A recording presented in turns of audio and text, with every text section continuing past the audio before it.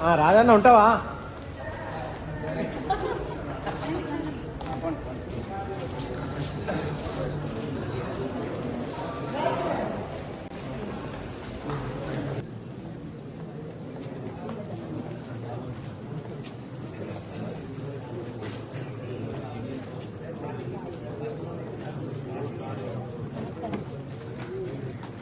Side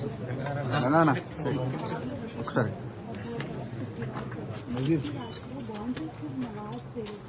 shift మనం చేయగలుగుతాం. Apart from that మనం చేసేది డేటా అంతా కూడా మనకి సెంట్రల్ ఎలక్షన్ కమిషన్ నుంచి డేటా షేర్ అవుతుంది. ఆ డేటా మనం వాటిలో స్ప్లిట్ చేసుకొని మనం ఎలక్షన్స్ చేస్తాము. ఇప్పుడు మీరు ఎక్కడి నుంచి బయట వాళ్ళు వచ్చారని చెప్పినా కూడా మనం ఓటు షిఫ్ట్ చేస్తాం. కానీ అక్టోబర్ 8 వెళ్తున్నాం ఇప్పుడు చేస్తాం. బట్ ఇప్పుడు మేము పబ్లిష్ చేసిన డేటా కట్ ఆఫ్ అయితే అక్టోబర్ 1. సో ఇప్పుడు మనం జాన్లో యాక్షన్ తీసుకున్నాం, ఫిబ్రవరి యాక్షన్ తీసుకున్నాం. మన ఎలక్షన్స్ వెళ్ళిపోయి voter list October 1. So that is the because అది వేరే బాడీ ముందు ఉండినది. ఇప్పుడు వచ్చేసరికి ఏంటంటే బార్డ్స్ సపరేట్ అయ్యేసరికి ఇందులో ఉన్న కొన్ని బూత్స్ ఉంటాయి. సపోజ్ ఫస్ట్ వార్డులో 3 బూత్స్ ఉన్నాయి. ఇప్పుడు వచ్చేసరికి ఏమైందంటే బార్డర్స్ వచ్చి అందులో కూడా ఈ ప్రాబ్లమ్ అదే సపోజ్ వాళ్ళు అడ్రస్ వేరే సపోజ్ వాళ్ళ అడ్రస్ మొత్తంలో కానీ ఆల్రెడీ మనం యాక్షన్ తీసుకుంటాం. ఇప్పుడే publishing voter list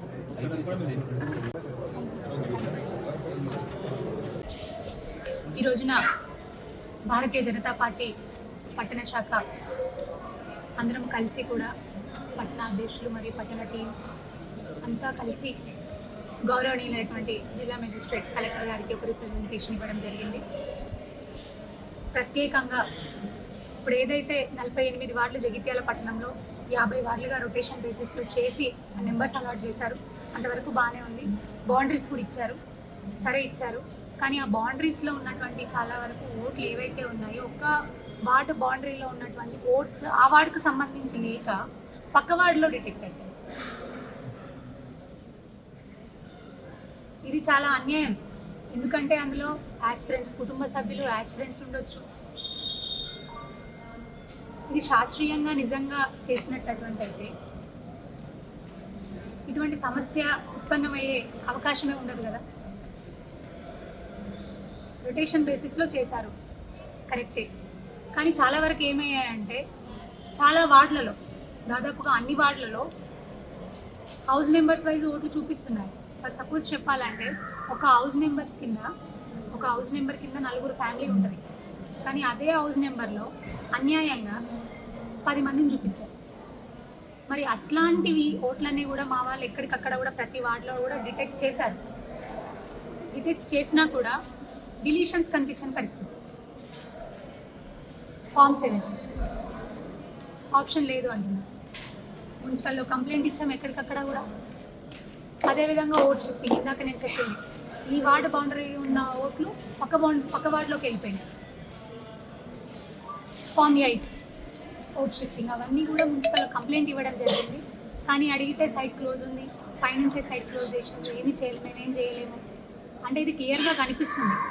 Congress party ఏదైతే ఉందో ఉద్దేశపూర్వకంగా ఎక్కడికక్కడ, ఈ మున్సిపాలిటీ అని కాదు, ఎగ్జాంపుల్ ఈ మున్సిపల్ చెప్తున్నాము, చాలా మున్సిపాలిటీలలో ఇలా జరిగిన పరిస్థితి. ఉద్దేశపూర్వకంగా కావాలని ఆప్షన్లు ఇవ్వకుండా, ఇచ్చినా కూడా లిమిటెడ్ టైం పీరియడ్ ఇచ్చి వెంటనే చాలినంత సమయం ఇవ్వకుండా వెంటనే ఎక్కడికక్కడ కూడా శాస్త్రీయంగా లేకుండా, ట్రాన్స్పరెన్సీ లేకుండా ఈ సైట్ క్లోజ్ చేయడం ఏంటి? మరి షిఫ్టింగ్ డిలీషన్లు లేకపోతే అసలు ఆప్షన్లు ఎందుకు ఇచ్చింది? ఇంకా మీరే ప్రచురించుకోండి ఓటర్ లిస్టులో. దానికి ఏదో 10 రోజుల సమయం ఇచ్చి చూసుకోండి చేస్తామని అనడం ఎందుకు? అక్టోబర్ 1 టైం పీరియడ్ పెట్టడం ఎందుకు? అసెంబ్లీ ఎలక్షన్లో, పార్లమెంట్ ఎలక్షన్లో ఒక లెక్క ఉంటుంది. ఇప్పుడు తీస్తే తీరా ఓటర్ లిస్టు చూస్తే ఇంకొక లెక్క కనిపిస్తుంది. ఈ మధ్యలో జరిగిన గూడుపుటాని ఏంటి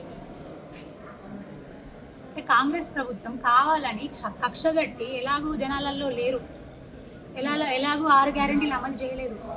సర్పంచ్ ఎలక్షన్లో అది తెలిసిపోయింది, క్లియర్గా తెలిసిపోయింది.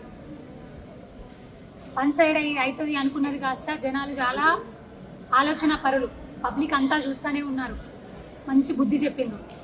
ఈ ఎలక్షన్లలో కూడా, పట్టణాలలో జరిగే మున్సిపల్ ఎలక్షన్లలో కూడా ఖచ్చితంగా పట్టణ ప్రజలు ఇంకా బుద్ధి చెప్తారని భయపడి దొంగ లెక్కలు చేస్తూ, శాస్త్రీయంగా చేయాల్సినవి గుడుపుటానీలు చేస్తూ ఓటర్ లిస్టులో గడబడలు.